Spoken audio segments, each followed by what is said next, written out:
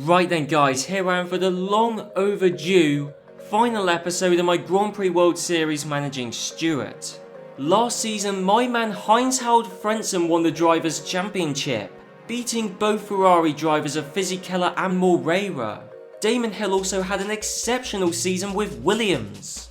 Alex Verst didn't have a brilliant time, but it's a whole new year and a new chance for him to prove himself. And also it's another opportunity to win the Constructors' Championship after Ferrari beat us by 15 points last season to win their third one in a row. Ferrari's combination of Alpine and Bernard, both 4-star rated, means they have an 80% rated chassis, which is logically 20% higher than the one they had last season. The only other team that can match them is Tyrrell, who last season had the former Ferrari pairing of Rory Byrne and Ross Brawn. It is worth noting though that on paper Tyrrell had an 80% chassis last season as well, and whilst they did well, especially given the position they start this career in, if they really had the best chassis last year then they let themselves down badly. Benetton are the third and final team who in 2002 had a 4-star designer with Neil Oatley, but they teamed him up with the 3-star rated Leo Ress, which puts them on the slight back foot here in 2003. Arrows, Jordan, Prost, Stewart and Williams all had 3-star chief designers last year, but we had differently rated technical directors. Last year, Arrows had the superb Adrian Newey in their midst. We had a 3-star technical director, Jordan and Williams both settled for 2-star rated guys, whereas Prost had no technical director at all. All I can say is that last season it was Jordan who had a chassis that hadn't been overseen by a technical director and they were a laughing stock. McLaren and Minardi both had 2-star chief designers, although the Italian team had a 3-star technical director versus a 2-star one at McLaren. Finally, Sauber had a 1-star designer but saved themselves with a 3-star technical director. Arrows have the same trio of drivers in their team and all in the same roles, which means 1997 world champion Jacques Villeneuve is still a test driver for them. Both Schumacher brothers are still at Benetton with Ralph still as the test driver. But Johnny Herbert joins Michael as a race driver, having replaced Tor Takaki. Ferrari have the same lineup with Fisichella and Moreira as race drivers and Panis in the testing role.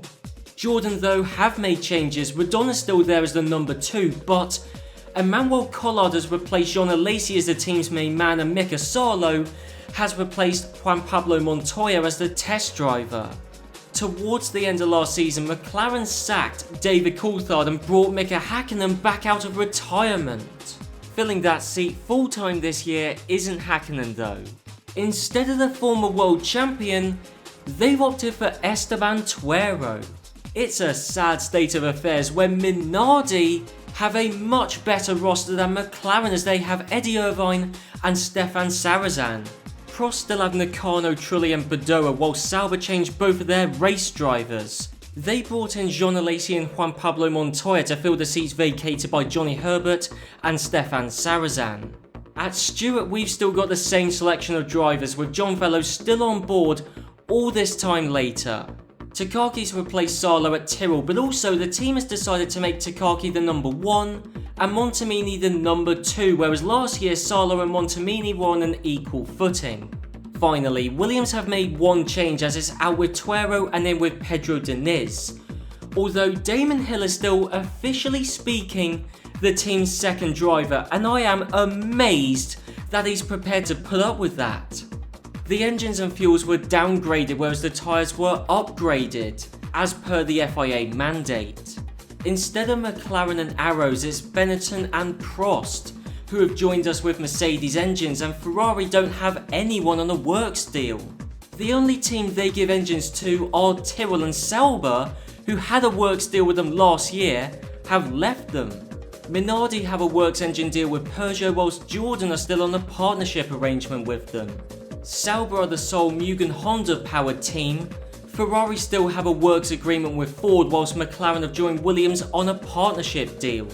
Finally, Mechachrome are back in business, as they were previously abandoned by everyone, but now they're supplying Arrows. Here's the ratings for the first 3 engines last year, And here they are for this year. Minimal changes despite the intended downgrade. Here's the Mugen Honda Ford and Megachrome engines in 2002, and here they are in 2003. Again, very little to say. Here's the fuel suppliers ratings last year, and again, before the supposed downgrade, and here they are now. Last year, no team had a works fuel deal, and this year, Stewart are the only ones to do so. There's been a big shake-up in who's running what tyres, as Ferrari now have a works deal with Bridgestone, replacing Minardi who had it last year.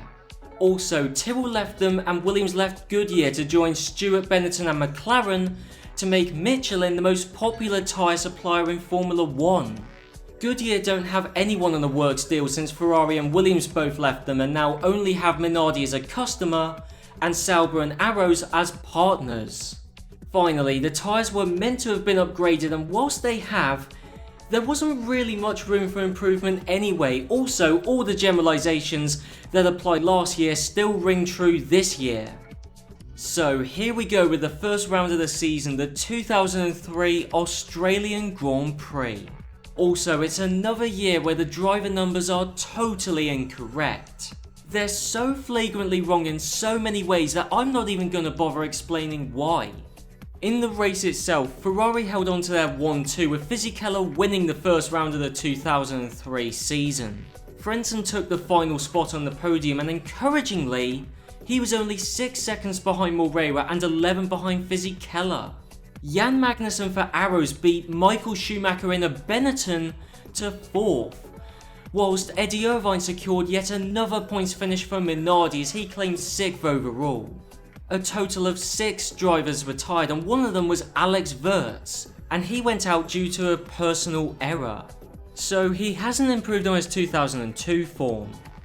From light rain in qualifying to heavy rain in the race for the Brazilian Grand Prix, and the downpour meant the teams who scored points from this event were Benetton, Sauber, Stewart, Minardi and Arrows. How unlikely is that given how everyone started off in 1998?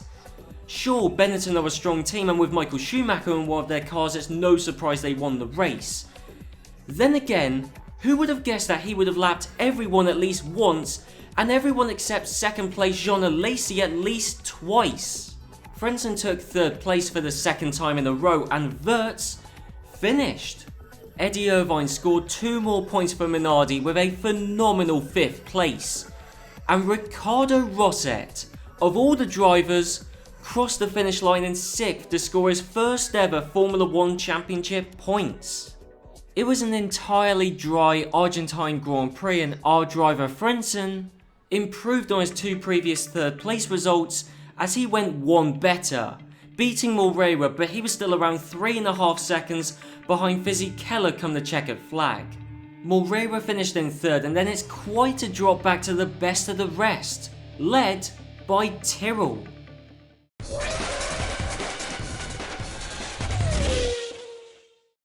These are only qualifying, not race results, for the San Marino Grand Prix, but that's a phenomenal performance by our guys on Saturday, especially from Frentzen, who took pole position, crucially beating both Ferraris in one of the team's home races.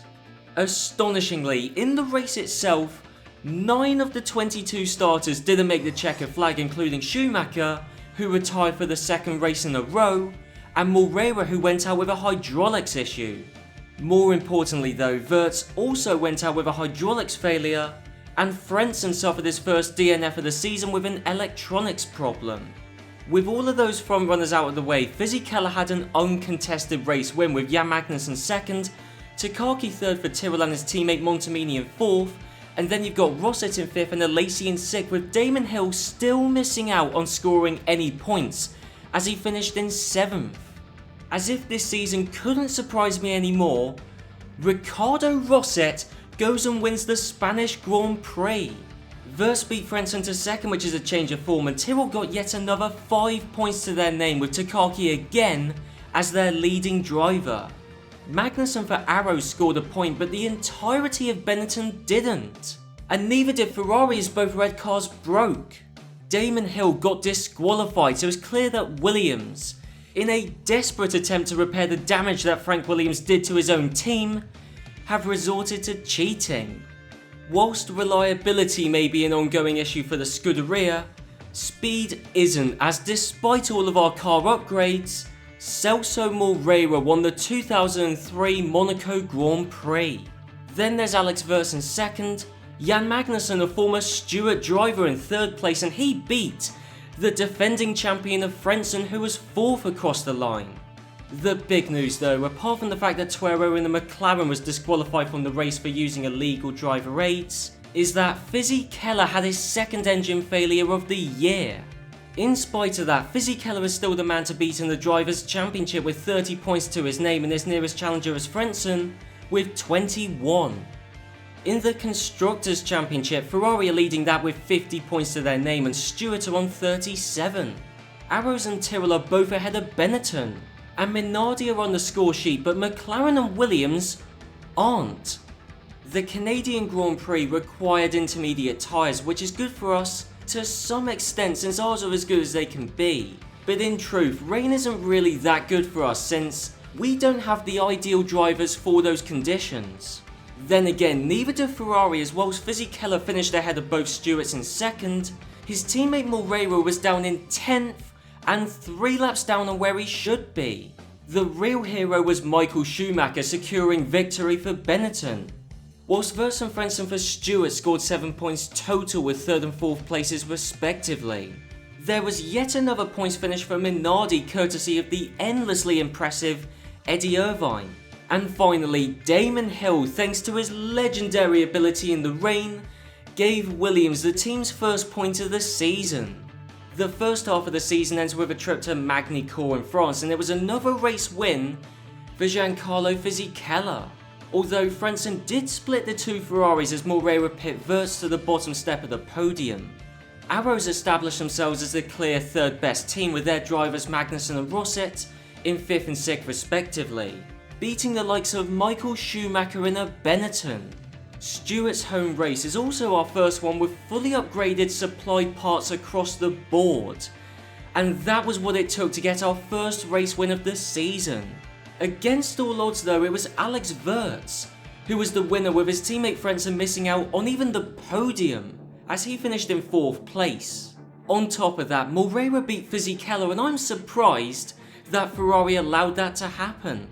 Also, it's worth quickly noting that Wirtz's race win put himself and Frentzen level on points in the Drivers' Championship and in joint 2nd place. At the same time as we finished designing the 2004 chassis, we also completed the second upgrade for this season's chassis. That takes it up to 72%, 12% higher than it was at the start of the season, but still 8% behind Ferrari's potential starting rating. That chassis deficit to the Scuderia didn't stop Wirtz from taking his second race win in a row, winning the Austrian Grand Prix with Fisichella in 2nd and Michael Schumacher 3rd. This was a dry race, but it just so happened to be one that suited Benetton, as Johnny Herbert scored his first points of the year as he finished in 5th, just behind Moreira but ahead of Rosset. Frentzen unfortunately retired with a suspension failure in Hockenheim for the German Grand Prix, and it was a great day for the home crowd, as Heinz-Harald Frentzen finally won his first race of the season with compatriot Michael Schumacher in 2nd place. Magnussen made it 3 different teams in the top 3, with Wirtz, Fisichella and Herbert as the final point scorers. Meanwhile, the 2nd Ferrari driver of Moreira didn't make it to the end of the race, as this time he had a suspension component break on him. Round 12 of 16, Hungary, and in the dry qualifying session, Fisichella was the man to beat, with both Stewart and Schumacher gapping the two Ferraris. That all goes out the window though, because there was light rainfall on Sunday. So it was Michael Schumacher who won in Hungary, and he lapped everyone at least once. Frentzen and Wirtz completed the podium and they were both a lap down, and then you've got Fisichella and wet weather specialist Lacey both 2 laps down. Pedro Diniz for Williams amazingly scored a point, despite how bad their car is and the fact that he was 3 laps down on Schumacher. Given the clearly tricky conditions, it's no surprise that 4 drivers went out due to mistakes. And it really isn't surprising that one of them was Moreira. A double podium and 10 points for Stewart compared to 3 for Ferrari now means Stewart have taken the lead of the Constructors' Championship with a quarter of the season remaining. Then again, if you're relying on Celso Moreira to score points for your team, then you are in trouble. On to the Belgian Grand Prix, and staggeringly it was an entirely dry race weekend. It also could not have gone better for Stewart as we secured a 1-2 with Verts beating his teammate Frentzen by a couple of seconds. Ferrari didn't even make it onto the podium as Schumacher was 3rd, Fisichella 4th, Rosset 5th and Herbert 6th. Moreira retired with an expired engine which let go just over halfway into the race when he was running in 4th place. In complete contrast to what we saw at Spa, it was wet for both qualifying and the race in Italy. Therefore, the pole sitter and race winner for the Italian Grand Prix was a foregone conclusion as soon as the weather was confirmed. And that's Michael Schumacher. Damon Hill pulled off a minor miracle to be the runner-up in this race. Given how awful that Williams is, which we have seen time and time again in the dry races, frankly, Hill's result here is probably the drive of the season. This time, Frentzen got one over Verts and the German was only 3 seconds behind Hill. Irvine retired, yet was still classified 5th, which must mean that he retired on the final lap of the race, and wasn't lapped, which itself is remarkable given that championship leader Fisichella just about scraped into the points and he was lapped. Nürburgring played host to the crucial penultimate round of the season, and it was a bad day for Stewart, as Verts was the lowest finishing title contender and Frentzen didn't finish at all. Fisichella won with Schumacher 2nd and then Verts in 3rd, and he was still ahead of Moreira, who's now comfortably in a different bracket to his teammate. Takaki and Rosset for Tyrrell and Arrows respectively secured the bottom 2 points places, whilst Frentzen had his 3rd retirement of the year with an engine failure. That blown engine took Frentzen out of the title race, and 2nd place for Schumacher wasn't enough to keep his chances alive either. That means, given that Mika Häkkinen doesn't even race in F1 anymore, a brand new Drivers' Champion will be crowned in 2003. I put a load of setup points into wet weather since I know it's more likely to rain at Suzuka than it is at most other circuits in the game. And luckily there was heavy rain on the final day of the 2003 season. All the stars were aligning, but then Alex Verts blew it, as he retired from the race due to a personal error, with the rain specialists of Schumacher and Hill also ending their running early due to an engine and hydraulics issue respectively. Giancarlo Fisichella won the Japanese Grand Prix and with it, the 2003 Formula 1 World Drivers' Championship. Frentzen admirably finished in 2nd place with Johnny Herbert on the podium for the final race of the season, and his entire F1 career since Herbert previously announced his retirement from Formula 1 at the end of this season. Alesi, Irvine and Magnussen completed the top 6. So Fisichella took the driver's title with a margin of 18 points over Verts and 20 over Frentzen. All in all, Fisichella deserved it as he won 6 of the 16 races, whereas Verts only won 3, and amazingly, Frentzen only won his home race this season, yet still placed 3rd in the championship. However, spare a thought for Moreira, who retired from 7 Grand Prix, and only 2 of them were through a mistake on his part. He was by far the unluckiest frontrunner in terms of car reliability. Benetton a 3rd thanks to Schumacher, but crucially, Ferrari ended the season 11 points behind Stewart to give us our first ever Constructors' Championship. I also end the year as officially the best manager in F1, with Tom Walkinshaw named the runner-up. So that is pretty much the end for this career mode. I've maintained 100% ownership of the team and won both World Championships with Stewart. Not at the same time, but that's the one final achievement left.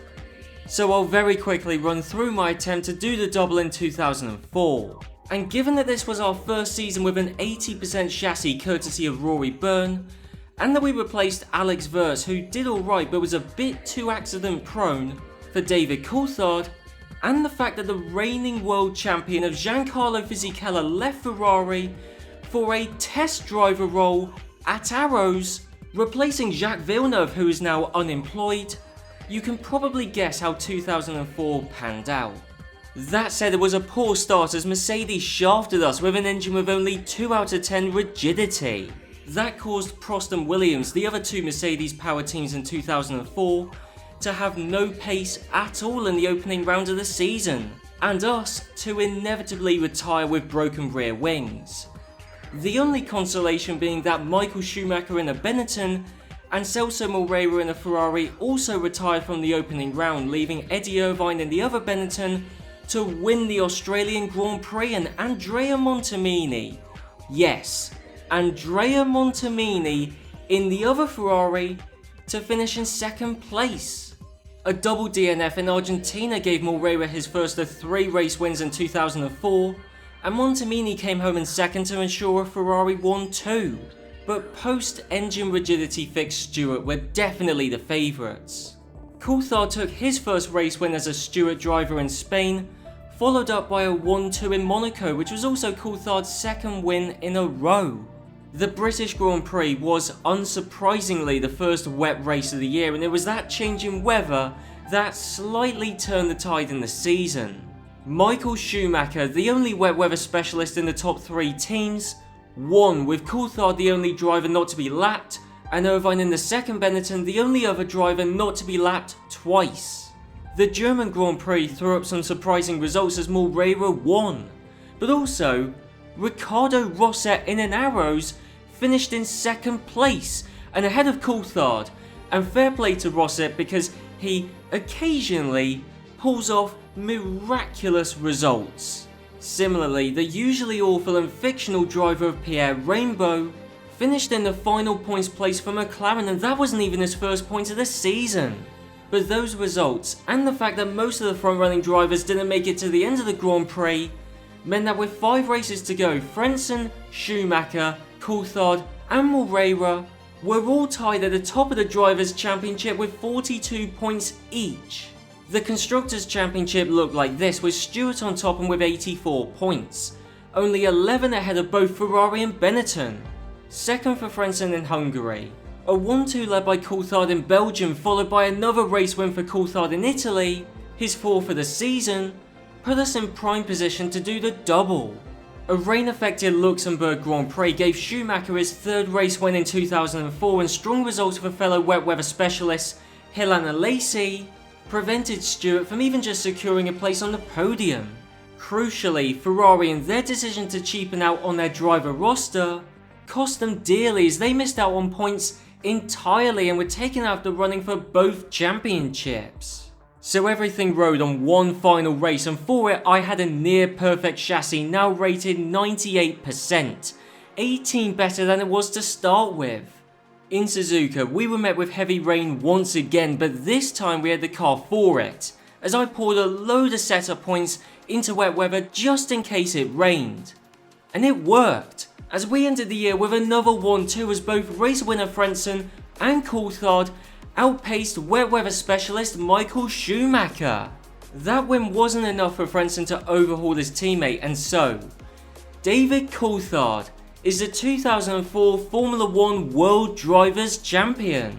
It was an incredible season and a close one come the end, but his teammate Frentzen was only 3 points behind and Schumacher only 7 points away from winning his 4th Drivers' Championship in this game save alone. Also, DC's final points tally is the lowest for a champion since the very first season in this career mode. And you may remember that Mika Hakkinen got extremely lucky to win the 1998 Drivers' title. Despite the fact that Irvine beat Moreira in the final race of the season, the current Ferrari driver finished further up in the Drivers' Championship, but just 1 point separated them. Montemini completes the top 6 with just 32 points, less than half of what was needed to win this year. Lower down is madness, with Damon Hill and Esteban Tuero tied on points. And amazingly, despite only the top 6 in each race scoring points, 17 of the 22 drivers got on the score sheet this season, including Pierre Rainbow, who somehow grabbed 2 for both himself and McLaren. In the Constructors' Championship, Stewart won with 137 points. which is 22 more than our closest challengers Benetton and 52 more than Ferrari, who shot themselves in the foot with their driver lineup. Arrow, Sauber and Tyrrell all had very solid seasons as they beat the former giants of McLaren and Williams. Jordan were the last team to score points, with Minardi and Prost the only two not to do so. Bearing in mind that this series has run from 1998 to 2004, so that's 7 entire seasons, Prost were the only team who never scored a point. Anyway, that's the end of the 2004 season and this Stewart Manager career mode entirely. I really hope you enjoyed it despite how embarrassingly long it took me to finish this series. I might revisit this game later down the line. I certainly have a few ideas on videos I want to make on the old F1 Manager games. But until then, I'll see you guys in my next video.